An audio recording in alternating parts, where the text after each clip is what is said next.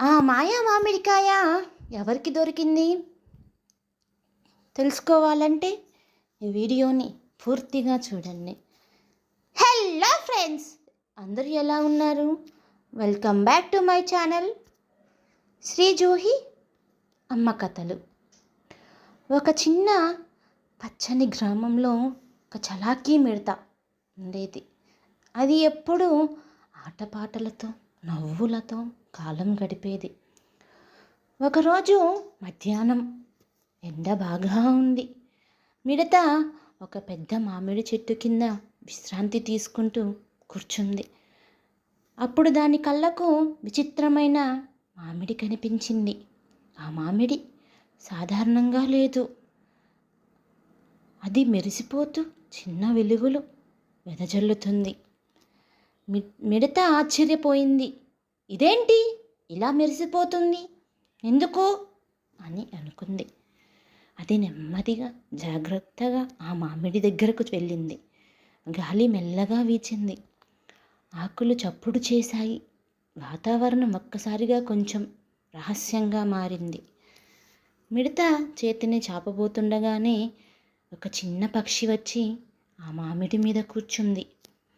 మిడత కొంచెం వెనక్కి దూకింది.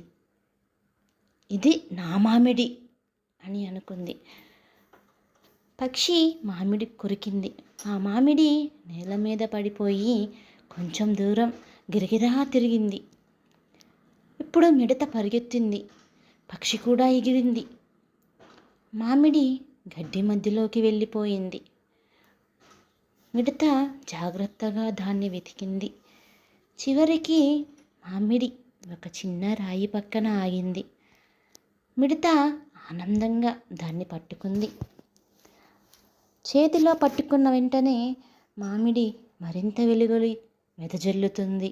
ఆ వెలుగులో మిడత ముఖం ప్రకాశించింది. ఆ మామిడి మెల్లగా మామూలుగా మామిడిగా మారిపోయింది.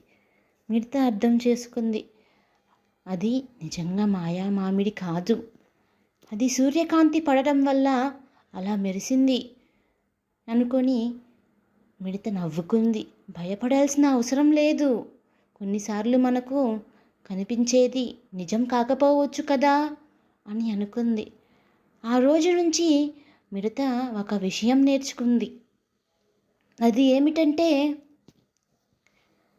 ఆసక్తి ఉండాలి కానీ జాగ్రత్త కూడా అవసరం. ప్రతి మెరుపు మాయ కాదు. భయాన్ని ధైర్యంతో ఎదుర్కొంటే నిజం తెలుస్తుంది. మిడత మామిడి తింటూ ఆనందంగా తన ఆటలలో మునిగిపోయింది. ఇలా మిడతకు ఒక చిన్న అనుభవం పెద్ద పాఠం నేర్పింది. మీకు ఇంకో కథ కావాలా? ఈసారి భయం కథ లేక ఎమోషనల్ కథ, ఎలాంటి కథ కావాలో కామెంట్ బాక్స్లో కామెంట్ చేయండి.